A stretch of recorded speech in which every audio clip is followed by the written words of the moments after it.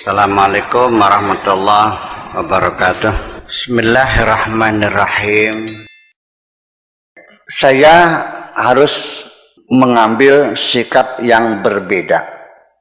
Ketika saya sebagai donatur, saya sebagai orang yang memberikan sedekah, dan saya ketika menjadi panitia pembangunan masjid yang menerima sedekah.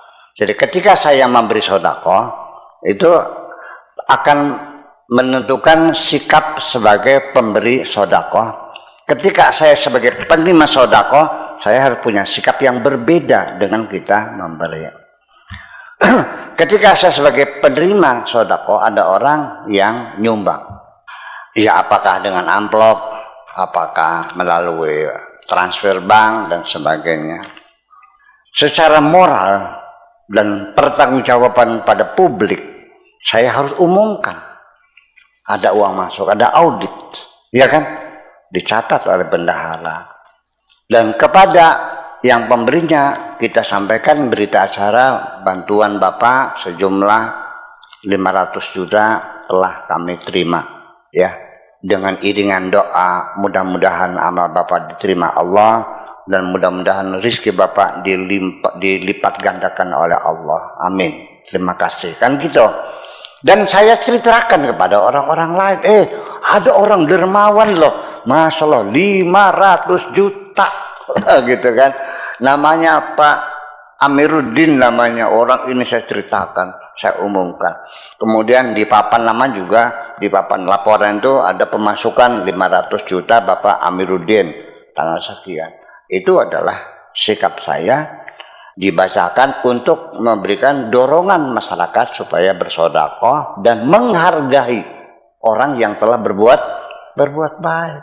Kemudian setelah uang itu dipakai beli semen, beli batu, beli pasir, juga notanya itu saya fotokopi semua dan saya kirimkan kepada penyumbang supaya dia yakin bahwa uangnya dipakai. Bahkan kalau perlu ketika meresmikan gedungnya saya panggil dan saya kasih gunting untuk gunting. Kita hormati kebaikan orang, itu sikap saya. Nah, tetapi ketika saya sebagai penyumbang, ya saya ingin amal saya diterima oleh Allah. Sayanya tidak boleh bercerita kepada orang lain bahwa saya nyumbang pesantrennya Buya Sakur Yasin 10 juta, semua hasil jual padi sawah 1 hektar.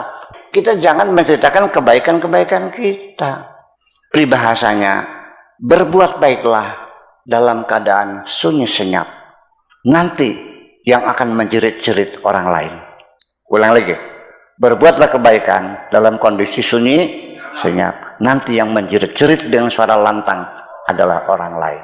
Ya begitu. Jadi kitanya yang bersedekah ini jangan tergiur dengan sanjungan itu. Ya itu mah lagi kebetulan lah, lagi ada rezeki. Itu ya, mudah-mudahan saja amal saya diterima oleh Allah. Kan begitu. Malah justru banyak orang yang ingin sedekahnya diterima oleh Allah dengan baik, malah justru transfer uang beritanya dari hamba Allah. Waduh, hebat banget. Supaya amalnya tersembunyi dari hamba Allah. Saya tahu orangnya tuh. Bagus nggak tuh? Tidak menyebut namanya, disembunyikan. Bagus nggak?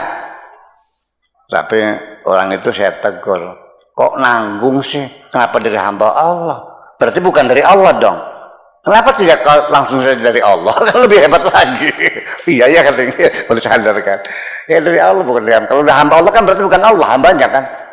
Nah jadi kenapa orang sedekah siri itu mendapat imbalannya 700 kali lipat? Sabat sanabil wa fi kulli sumbulatin mi'atu habbah.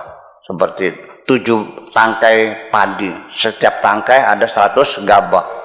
Lipat gandanya itu. Ya kenapa? Karena orang sedekah siri itu akan mendorong orang yang menerima rezeki itu akan bersyukur kepada Allah karena yang memberinya tidak ketahuan.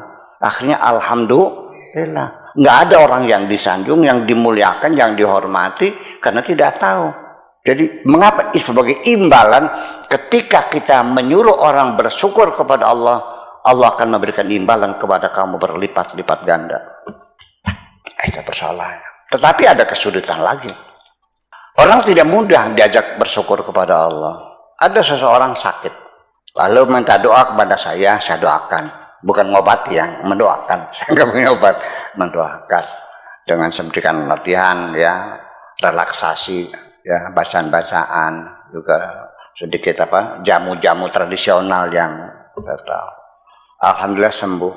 Setelah sembuh dia bawa ayam cemani, bawa beras segala macam, bersyukur. Alhamdulillah dia sembuh. Ya saya bilang, bersyukurnya kepada Allah dong. Ya karena yang bisa menyembuhkan itu hanya Allah kok. Ya tapi kan sebabnya kan lewat kiai itu. Masih belum paham.